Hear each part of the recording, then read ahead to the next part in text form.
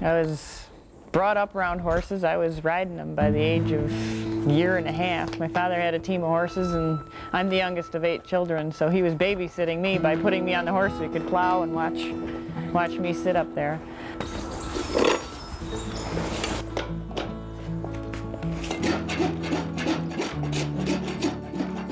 She hasn't been in Texas long, and yet Esther Benedict has already put shoes on a stampede's worth of horses. It's a long way and a world of difference between Bandera and New York. But mares are mares anywhere you go, and Esther has woman-handled the biggest there are. You see, she spent 17 years horseshoeing up north before gathering her senses, packing up the tools, and heading for the cowboy capital of the world. Now, this is the home on the range Esther's always dreamed about.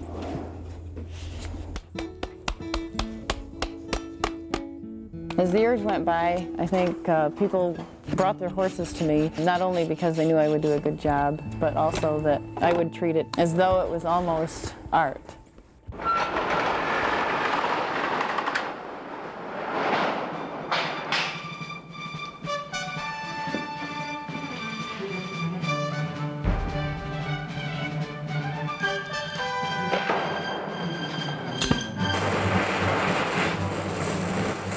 One day, I cut a horseshoe in half and then welded it back together with the torch. I knew from then on that more could be done with this than just putting horseshoes together. Thin strands of steel rod, twisted, turned, and torched into equestrian elegance. Esther's years underneath thousands of horses made her an expert on what gives the horse such an artful presence. When there's not a line of horse trailers waiting outside her forge, she forges ahead on sculpture.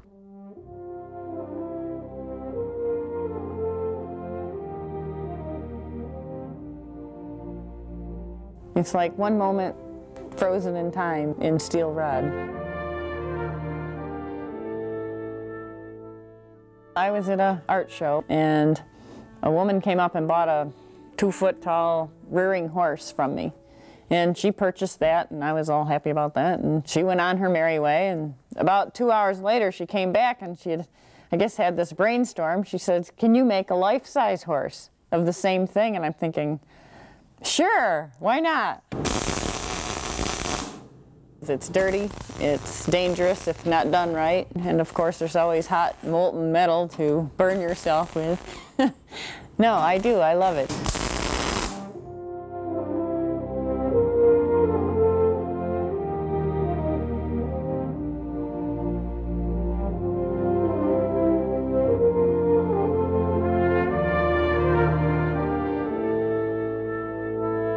There's 1,250 feet of straight rod in these life-size horses, and I have bent and turned and heated and twisted each one of these inch by inch, and if just 1 inch is off, it really ruins the whole piece for me.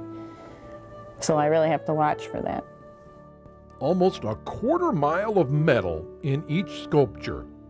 Esther says your eyes can penetrate the body of each majestic creation and find the soul that she's forged in steel rod. They seem to float across the prairie like ghosts against the horizon. It's as if the sky is the canvas, and Esther has sketched the fury and spirit in fleeting strokes.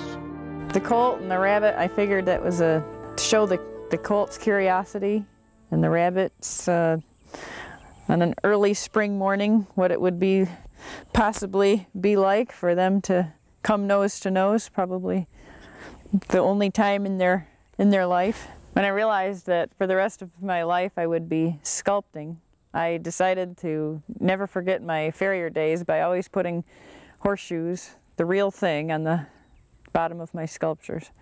That's the only part of my sculptures that aren't entirely handmade by myself.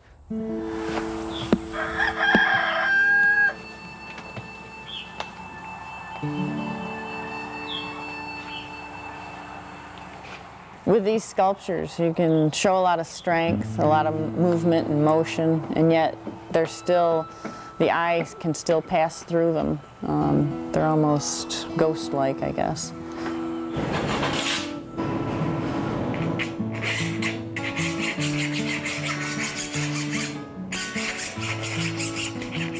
Esther Benedict is a steel bender.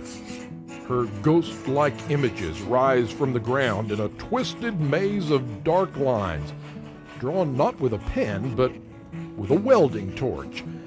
And somehow, through the sparks and the dust, emerge graceful, fleeting moments, forever frozen in steel. When things are really happening, you're just sort of lost in your own time and space, and the rest of the world is still there, but you don't really notice it. You're creating something that you see in your mind, and then all of a sudden it's there in front of you.